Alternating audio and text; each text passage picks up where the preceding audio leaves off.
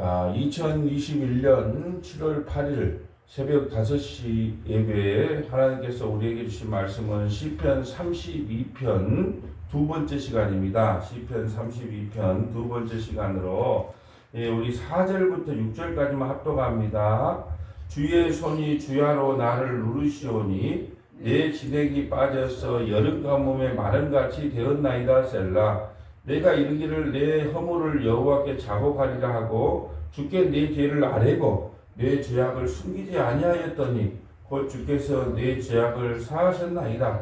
이로 말미암아 모든 경건한 자는 주를 만날 기회를 얻어서 주께 기도할지라. 진실로 홍수가 범람할지라도 그에게 미치지 못하리이다. 아멘. 할렐루야. 이 새벽에 나오신 여러분을 환영하고 사랑하고 축복합니다. 어제 수요 예배는 참으로 많은 우리 성도님들이 나와서 말씀 듣고 기도하고 찬양함으로 하나님께 영광을 돌렸습니다. 어떤 분하고 대화를 하는데 그래요. 어제 수요 예배를 드릴 때 그냥 하나님의 영광이 가득 차듯 정말로 예배에 은혜가 가득 찼다는 말씀을 하셨습니다. 여러분 정말로 우리 서머나교회 믿음의 권속들이 이렇게 예배를 소중하게 여기고 하나님의 말씀을 소중하게 여길수록 참 목사는 새 힘을 얻고 또 하나님의 말씀을 더 깊이 묵상하고 연구하고 또 기도함으로 여러분에게 말씀을 증거할 수 있습니다. 여러분 오늘 우리 시편 32편 두 번째 말씀을 보게 될 텐데요. 여러분 제일 중요한 대목이 1절이에요. 허물의 사함을 받고 자신의 죄가 가려진 자는 복이 있도다. 우리가 왜 하나님 앞에 구원을 받습니까? 우리가 행위가 의로워서요? 우리 삶이 하나님 앞에 늘 거룩하고 순종의 삶을 살아서요? 아니요. 하나님께서 우리의 허물을 덮어주시고 우리의 죄를 가려주시기 때문에 우리가 구원을 받는다는 겁니다. 오늘 4절에 보면 주의 손이 주야로 나를 누르시오니 내 진액이 빠져서 여름 가뭄에 마른같이 되었다. 여러분 우리 스스로 죄를 토설할 인간이 아무도 없어요. 그래서 하나님께서 우리 배 위에 올라가서요 우리 배를 누르세요. 그러면서 네가 얼마나 큰 죄인인 줄 아니? 그렇게 토설시키게 할 때 비로소 우리 죄가 밖으로 고백되어 나온다는 거죠. 그때가 바로 은혜 받을 때입니다. 그래서 항상 은혜 받기 전에 우리가 첫 번째 단계가 있다면 우리의 죄가 무엇인지를 알고 하나님 앞에 고백하고 토설하는 단계라는 거죠. 여러분 다윗같이 의로운 왕이라 할지라도 자기가 바세바를 범하고 가장 충성스러운 우리야를 전장에 내몰려 죽였다 할지라도 그것을 까맣게 잊고 살았다니까요. 까맣게 잊고 살았어요. 그럴 때 나단 선지자를 통하여 배를 눌려주는 거예요. 그때 자기의 죄가 어떤지 토설을 하게 된 거예요. 자기의 죄가 어떤지 자기가 토설했던 장면을 한번 보고 갈까요? 시편 51편 한번 봅시다. 우리가 나중에 시편 51편 보겠지만 미리 시편 51편 나단 선지자가 와서 이 배를 눌렸을 때 다윗의 배를 눌렸을 때 어떤 고백을 하는지 시편 51편입니다. 이 표제에 보면 그렇게 나와 있어요. 다윗의 시 인도자를 따라 부르는 노래 다윗이 바세바와 동침한 후 선지자 나단이 그에게 왔을 때라고 되어 있어요. 다른 말로 하면 나단 선지자가 와서 배를 눌렸을 때 사무엘 하를 배경으로 하고 있죠. 배를 눌렸을 때 비로소 이런 고백을 하게 됩니다. 시편 51편 1절입니다. 하나님이여 주의 인자를 따라 내게 은혜를 베푸시며 주의 모든 공의를 따라 내 죄악을 지워주소서. 하나님 인자는요 하나님의 언약 하나님의 약속은 신실합니다. 하나님의 약속은 하나님이 반드시 이루십니다. 이게 인자거든요. 인자를 따라 내게 은혜를 베푸시며 주의 많은 공의를 따라 내 죄악을 지워주소서. 내가 하나님 바세바 범했습니다. 살인했습니다. 그렇게 말하지 않고 하나님 아버지 나는 하나님 앞에 오직 내가 하나님을 구할 것은 인자와 은혜와 궁율 뿐입니다. 이렇게 고백을 합니다. 2절 나의 죄악을 맑게 쓰시시며 나의 죄를 깨끗게 제하여 주소서. 물론 나는 내 죄가를 나오니 내 죄가 항상 내 앞에 있나이다. 나는 바세바를 범한 것만 죄인 줄 알았습니다.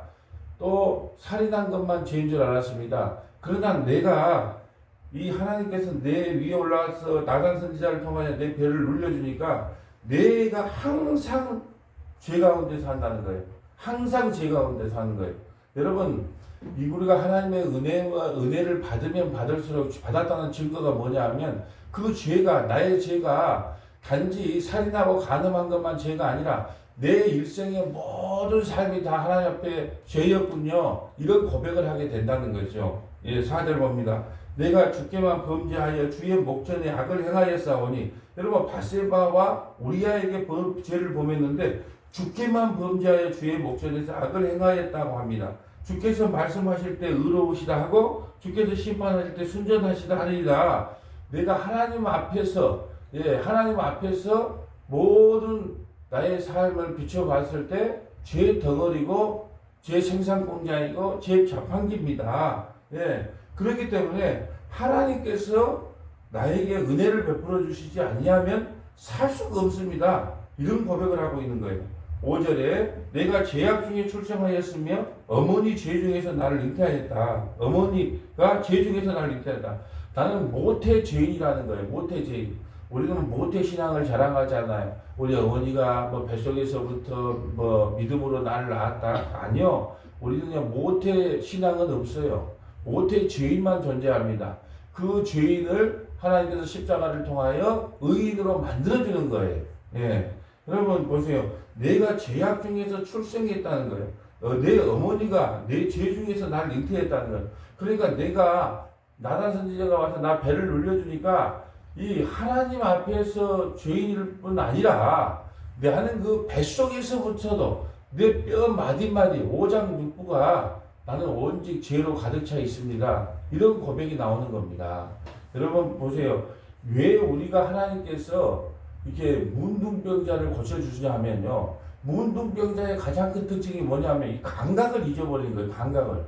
내가 하나님 앞에 죄를 지었고 범죄를 했어도 무슨 범죄를 지었는지 무슨 죄를 지었는지를 잊어버려요. 그래서 문둥병자 같은 신앙생활을 하면 안 된다는 거죠.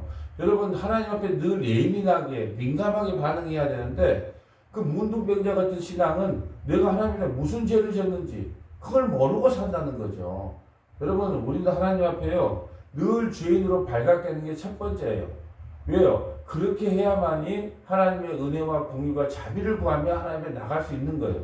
그래서 오늘 다윗이 이렇게 고백하는 거예요. 내가 어머니가 나를 뱃속에서 날 때부터 나는 모태로 죄인이었습니다. 그러니 내가 무슨 할 말이 있겠습니까? 이렇게 고백을 하는 겁니다. 6절에 보소서 주께서 중심이 진실함을 원하시오니 내게 지혜를 은밀히 가르치시리이다. 우술초로 나를 정결케 하셔서 내가 정하리이다. 나의 죄를 씻어주셔서 내가 눈보다 희리다. 하나님께서 그 예수 그리스도를 통하여 십자가의 피로 나의 죄를 씻어주시지 아니하면 나는 죄를 용서받을 수 있는 길이 없습니다. 제발 하나님 아버지 나의 죄를 깨끗이 씻어주소서. 첫째는 뭔 고백을 하고요? 나는 모태로부터 죄인입니다. 그러니까 나는 아무런 희망이 없습니다. 소망이 없습니다. 그러니 하나님께서 나의 죄를 깨끗하게 씻어주소서. 이 고백이 나오는 거예요. 그래서 주님께서 그렇잖아요. 나는 의인을 부르러 온 것이 아니고 죄인을 부르러 왔다. 건강한 자에게는 의원이 필요 없고 병든 자에게 의원이 필요하다. 먼저 내가 병들었다는 것을 알아야 된다는 거예요. 나는 전적으로 부패한 자라는 걸 아는 것이 중요하다는 거예요. 첫 번째로. 8절에 내게 즐겁게 기쁨의 소리를 들려주시고 주께서 꺾으신 뼈들도 즐거워하리 하소서. 주의 얼굴을 내 죄에서 돌이키시고 내 모든 죄악을 지워주소서. 하나님이여 내 속에 정한 마음을 창조하시고 내 안에 정직한 영을 새롭게 하소서. 여러분 정직이 뭡니까? 정직이 오늘 본문에 보면 오늘 32편에도 보면 32편의 마지막 구절도 이렇게 말합니다. 32편 11절에 보면 너희 의인들아 여호와를 기뻐하며 즐거워할지어다. 마음이 정직한 너희들아 다 즐거이 외칠지어다. 마음이 정직한 자를 무엇을 마음을 정직한 자라 그럴까요? 거짓말 안 하는 거요? 깨끗하게 사는 거요? 아니에요. 마음이 정직한 자는요. 하나님 나는 완전한 죄인입니다. 나는 완전한 죄인입니다. 이렇게 고백하는 자를 정직한 자라 그래요. 오늘 시편 32편의 마지막 구절이 그래요. 정직한 자는 완전하게 자기가 죄인임을 깨닫는 자가 정직한 자예요. 예, 오늘 시편 51편에도 같은 말을 합니다. 하나님이 내 속에 정한 마음을 창조하시고 내 안에 정직한 영을 새롭게 하소서. 정직한 영이 뭐예요? 하나님, 나는 모태로부터 죄인이고 완전한 죄인입니다. 그러니 나를 불쌍히 여기시고 내 모든 죄악을 용서해 주소서. 이렇게 고백을 하는 거예요. 그러면서 11절에 나를 주 앞에서 쫓아내지 마시고 주의 성령을 내게서 거두지 마소서. 주의 성령을. 여러분 보세요. 우리가 저번 주 주일날 했잖아요. 다윗에게 기름을 부을 때 여호와의 영이 임했다 그러잖아요. 그 여호와의 영이 임해서 이제는 다윗이 고생을 시작합니다. 예, 행복급 불행 시작이 시작돼요. 여호와의 영이 임했어요. 누가 기도할 때? 사무엘 선지자가 기름 부어 기도할 때 여호와의 영이 임했단 말입니다. 여러분 구약의 영하고 신약의 영이 틀려요. 구약에는 아직 예수님께서 십자가를 지시기 전이기 때문에 사역적 의미로 성령이 임하여 하나님의 영이 임합니다. 예를 들어서 제사장이나 왕이나 하나님께서 특별히 사사나 하나님께서 필요할 때마다 기름을 부어줘서 여호와의 영이 임하게 여호와의 영이 임합니다. 그래서 구약의 여호와의 영, 다시 말해 성령은 사역이 끝나면 떠나요. 사울에게도 여호와의 영이 임했어요. 근데 그것이 여호와의 영을 거둬버리니까 어때요? 악신이 임한 겁니다. 악신이. 그러니까 여러분 잘 구별을 해야 돼요. 구약의 여호와의 영, 성령은 사역적 의미의 영이에요. 그렇기 때문에 필요할 때마다 부어줬다가 또 그것이 그 사역을 다 감당하면 그걸 거둬가 버리는 겁니다.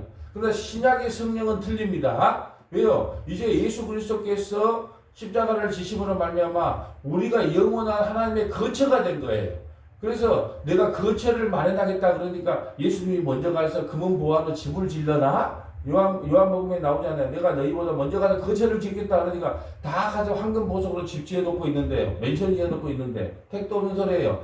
우리에게 성령을 보내주겠다는 거예요. 거처를 예비한다는 거는. 거처가 성령을 우리에게 보내주는 것이 거처예요. 그것이 에레미야 31장 31절에 나오는 새 언약이고 어제 우리가 봤던 고국으로 에스겔에서 봤던 그 영을 우리 마음판에 새겨 죽었다는 그 영이란 말입니다. 그러므로 구약의 영은 사역적 의미로 왔다 갔다 하지만 우리가 받은 성령은 한번 우리에게 임하면 영원히 떠나가지 않는다. 그런데 우리 다윗이 지금 뭘 걱정하고 있어요? 나를 주 앞에서 쫓아내지 마시고 주의 성령을 내게서 거두지 마소서. 지금 다윗이 가장 하나님 앞에 읍소하는 게 뭐예요? 하나님 앞에 아뢰는 게 뭡니까? 하나님, 내가 비록 죄를 지었다 할지라도 내 성령을 거두지 말아주세요. 하나님과의 관계가 끊어지지 않게 해주세요. 이 고백을 하고 있는 겁니다. 하나님과의 관계가 끊어지면 어떤 일이 생기냐? 12절 주의 구원의 즐거움을 내게 회복시켜 주시고 자원하는 심령을 주사 나를 붙드소서. 주 구원의 즐거움에서 끊어져 버려요. 성령이 거둬지면 주의 즐거움에서 끊어져 버린다는 거예요. 그리하면 내가 범죄자에게 주의 도를 가르치리니 죄인들이 주께 돌아오리라. 그리하면 여러분 보세요. 사도 바울이요. 왜 죄인 중에 괴수를 하고 있습니까? 내가 사도 중에 제일 작은 자라고 왜 고백했는가요? 여러분 예수님을 만나기 전에는요 율법에 특심했던 사람이에요. 그래서 예수 믿는 사람들을 잡아 죽이려고 공문을 가지고 가다가 다메섹에서 예수님을 만나고 회심한 사람이에요. 여러분 이런 사람이요 뭐라고 고백하겠어요? 하나님, 나는 원래 예수 믿는 사람들을 잡아 죽였던 사람입니다. 스테반을 돌로 쳐 죽였을 때 내가 동참했던 사람입니다. 여러분 그런데 하나님께서 이런 나를 사용하셔서 주의 복음의 선포자로 세우셨습니다. 그러면 누가 드러날까요? 사도 바울이 드러날까요? 사도 바울을 사용하신 하나님이 드러날까요? 그래서 하나님께서 약한 자, 천한 자, 멸시받는 자, 조롱받는 자, 죄인들을 사용하세요. 여러분 하나님께서는요 누구를 사용하시냐? 그래요. 사람들이 하나님은 사람을 사용하신다. 그게 틀린 말은 아닌데 더 깊이 들어가면 하나님은 사람을 사용하시는 게 아니고 하나님은요 자기가 죄인임을 아는 그 죄인을 사용해서 하나님의 일을 해가세요. 예, 자기가 스스로 의롭다고 한 사람을 사용하지 않아요. 그래 의롭게 살다가 지옥 가라 그래요. 자기가 죄인임을 아는 자를 사용한다는 거예요. 그리고 오늘 사도 바울도 이렇게 고백하는 거예요. 내가 범죄자에게서 주의 도를 가르치리다. 왜? 내가 범죄자였기 때문에 범죄자를 이렇게 의롭다고 만들어주신 그 하나님을 찬양하게 된 거예요. 그러므로 하나님의 이름이 드러난 거예요. 자기를 통해서. 여러분 바세바를 간통했던 다윗. 또 살인했던 다윗조차도 하나님께서 은혜와 공유를 베풀어서 의롭다 만들어줬다. 너희들 나도 내가 어떤 존재인 줄 아니? 나는 사울왕보다 더한 인간이요. 사울왕은 그래도 살인은 하지 않았어, 개인적으로는. 그런데 나는 살인하고 가늠한 자야. 그럼에도 불구하고 하나님께서 나를 의롭게 만들어줬어. 그러니까 누가 고백될까요? 그래서 여러분 보세요. 위대하게 쓰임받은 설교자들 중에요. 예? 우리나라 설교자들 말고, 우리나라 설교자들도 그런 분이 계시지만, 대부분의 외국의 유명한 설교자라든지 하나님 귀하게 쓰임받는 분들의 그 삶의 일대기를 보면 태어나서부터 열심히 하나님을 믿었던 사람들이 거의 없어요. 전부 방탕하고, 전부 타락하고, 술 취하고, 예, 마약 중독에 빠지고, 예? 어떤 사람은 노예상이 돼서 노예들을 끌어다가 팔아서 먹고 살고 그렇게 했던 사람들이 회심을 해서 하나님의 말씀을 전할 때 수많은 사람들이 회개하고 돌아왔다는 거예요. 그들이 고백이 뭐였을까요? 하나님께서 나 같은 죄인도 사용해 주셨다는 거예요. 나 같은 죄인까지도 하나님께서 사랑해 주셨다. 예, 그래서 하나님의 이름만 드러나게 되는 거예요. 오늘 다윗이 그렇게 고백하는 거고요. 바울이 그렇게 고백하는 거고 제가 또 그렇게 고백하는 겁니다. 하나님 정말로 아무리 나를 봐도 주의 말씀을 깨닫고 전할 인물이 안 됩니다. 예, 저는 세상의 욕심 가운데 살았고요. 예, 세상에 온갖 못된 짓을 다 했는데 어떻게 하나님께서 나를 들어서 이렇게 주의 종으로 삼으시고 말씀을 선포합니까? 이것은 내는 것은 정말로 하나님의 은혜가 아니면 아니었군요. 그러니까 나는 나를 자랑할 길이 없어요.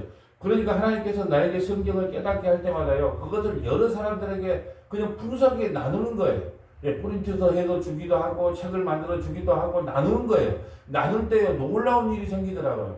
예, 하나님께서요, 놀라운 은혜로 또 말씀을 또 깨닫게 하고, 또 깨닫게 해요. 여러분, 저도 성경 66권 1189장을요, 아침, 저녁으로 묵상하는 저도 지금 0.00001%나 깨달을까 말까 그래요. 여러분, 칼빈이라고 성경을 다 알았을까요? 예? 사도 바울이라고 성경을 다 알 수 있을까요? 아니에요. 하나님께서 열어주는 것만 알더라고요. 그렇기 때문에 성경이 기록되고 지금까지 성경이 그 문서로 기록된 것이 1600년이나 됐는데 그걸 온전히 깨닫는 자가 없어요. 그냥 하나님께서 은혜와 계시를 줬을 때 그걸 알고 여러분에게 전하는 거예요. 하나님께서 은혜를 주시지 아니하고 그 눈을 열어주셔서 성경을 깨닫지 못하게 하면 설교 못하는 겁니다. 예, 깨닫게 해줄 때까지만 설교를 하는 거예요. 예, 여러분 그럴 때 어떻게 하냐? 하나님께서 주신 것을요 마음껏 나눠요. 그럼 어떤 분들은 그렇게 말해요. 하나님, 목사님 너무 그냥 확확 나눠주는 거 아닙니까? 예. 너무 그냥 책으로도 나눠주고 막 프린터에도 너무 나눠주는 거 아닙니까? 아닙니다. 하나님이 우리에게 채우는 방법은요 나눌 때 채워줍니다. 나눌 때. 예, 나눌 때 채워주는 그 하나님의 원리를 알기 때문에 예, 하나님께서 깨닫게 하면요 그냥 풍성하게 나눕니다. 누가 하나님 목사님 설교집 좀 보내주세요. 또 말씀 좀 보내주세요. 예, 어떤 목사님이 또 이제 또 풍성하게 나누기 위해서 그런 부탁을 하면요 아무 거리낌 없이 예, 목사님 열심히 묵상해서 우리가 다른 예수, 다른 복음, 다른 영은 전하지 말고 오직 십자가에 그 매달리신 예수, 부활하신 주님만 우리 전합시다. 예, 그러면서 나누는 겁니다. 예. 여러분 15절, 14절 볼까요? 하나님이여 나의 구원의 하나님이여 피 흘린 죄에서 나를 건져서 내 혀가 주의 이름 높이 노래하게 하소서. 주여 내 입술을 열어주셔서 내 입이 주를 찬양함 찬송하며 전파하리라. 자기가 죄악 가운데 구원받은 걸 아니까요. 그런 자는요 찬송밖에 나오지가 않아요. 감사밖에 나오지 않습니다. 여러분 보세요. 여러분 정말로 하나님의 은혜를 깨달으면요 감사밖에 하나님 앞에 할 것이 없어요. 하늘을 봐도 감사하고 땅을 봐도 감사하고 동쪽과 서쪽과 남쪽과 북쪽을 바라본다 할지라도 하나님 나의 입술의 고백은 감사뿐입니다. 나의 입술의 고백은 찬송뿐입니다. 왜요? 나 같은 죄인을 구원시켜 주는 것이 얼마나 감사합니까? 그러니까 여러분 할렐루야 아멘이요 입에서 안 나오는 것 자체가 문제예요. 여러분 하나님의 은혜를 깨닫게 나오냐 그냥 할렐루야 아멘. 병이 걸려도 할렐루야 아멘. 사업이 망해도 할렐루야 아멘. 예, 교회 부흥이 안 돼도 할렐루야 아멘. 성도가 속을 썩여도 할렐루야 아멘. 예, 어떤 상황이 와도 할렐루야 아멘이 나와요. 왜요? 나 같은 죄인을 구원시켜 주신 하나님의 은혜가 너무너무 크기 때문에. 여러분 자식이 처음에 어렸을 때는 부모의 사랑을 몰라요. 그러다가 나이 먹어가면 어머니의 사랑이 얼마나 큰지를 아니까 어머니 감사합니다. 이래도 감사합니다. 저래도 감사합니다. 키워주셔서 감사합니다. 예? 그러면서 이 감사가 아이에게 나오면 아 네가 이제 비로소 철들었구나 그렇게 말을 하는 거예요. 철이 뭐라고요? 대체 농사질 줄 아는 그 지혜를 가진 걸 철이라 그래요. 보리 심을 때는 보리 심어야 되고 밀 심을 때는 밀 심어야 돼요. 고구마 심을 때는 고구마 심어야 돼요. 때를 따라 농사를 짓는 방법을 아는 것을 철들었다 그래요. 철들었다. 예. 16절 주께서 제사를 기뻐하지 아니하시나니 그렇지 아니하면 내가 드렸을 것이라. 주는 번제를 기뻐하지 아니하. 그러면 주께서는 번제 양 잡고 소 잡는 걸 기뻐하지 않는다고요? 여러분 다윗은 양 잡고 소 잡아서 하나님께 예배드렸습니다. 근데 그걸 기뻐하지 않은 걸 알았어요. 그럼 뭘 기뻐할까요? 뭘 기뻐할까요? 여러분 17절을 기뻐합니다. 하나님께서 구하는 제사는 상한 심령이라. 하나님이여 상하고 통회하는 마음을 주께서 멸시하지 아니하신다. 하나님께서 양 잡고 소 잡으라는 것은요 통회하는 심령을 우리에게 주기 위해서 그래요. 나 때문에 저 양이 죽는구나. 나 때문에 저 소가 죽는구나. 그걸 깨달으라고 양 잡고 소 잡으라고 해놨는데 이스라엘 백성들은 나 하나님 양 잡았어요. 소 잡았어요. 그렇게 나에게 복 주실 거죠. 여러분 예배 드릴 때 하나님 나 주일 예배 수요 예배 금요 예배 잘 드렸어요. 이제 나에게 만사형통의 복을 주실 거죠. 여러분을 예배의 자리에 초청하는 것은요 이 말씀을 통해 통회하는 심령 하나님 내 안에서 나온 건 죄밖에 없습니다. 그걸 깨닫고 예수 붙잡으라고 여러분을 예배 자리에 제가 초청한 거예요. 예배 드려야 됩니다 하는 거예요. 그 예배를 통해서 여러분이 만사형통의 복을 받으라고 예배 자리에 초청한 게 아니에요. 여러분 수요일날 금요일날 주일날 내가 여러분을 예배 자리에 초청해서 예배에 참석해서 예배 참석해서 하는 이유는 우리의 실존을 알고 회개하고 통회하는 심정으로 주님 앞에 나갈 때 하나님께서 우리의 죄를 용서해 줍니다. 그래서 오늘 다윗이 한 거예요. 하나님께 구하는 제사는 상한 심령이에요. 하나님이여 상하고 통회하는 마음을 주께서 멸시하지 아니한다. 그래서 예배 자리에 나올 때마다 목사님의 말씀을 듣고 통회하는 심정이 나와야 바른 설교예요. 아, 내 실존이 그렇구나. 내가 이렇게 죄악 가운데 살구나. 하나님 나 살려주세요. 나 도와주세요. 나 은혜 베풀어 주세요. 나 믿음 주세요. 예. 그러려고 말씀의 자리로 나오는 거예요. 18절 주의 은택으로 시온의 선을 행하시고 예루살렘 성을 쌓으소서. 그때 주께서 의로운 제사와 번제와 온전한 번제를 기뻐하시니 그때 그들이 수소를 주의 제단에 드리리라. 온전한 번제가 뭘까요? 예수 그리스도의 그 십자가만이 온전한 번제예요. 나머지 것은요, 양 잡고 소 잡은 것은요, 매일 아침 저녁으로 드려야 돼요. 죄를 지을 때마다 가져와서 제사장한테 드려야 됩니다.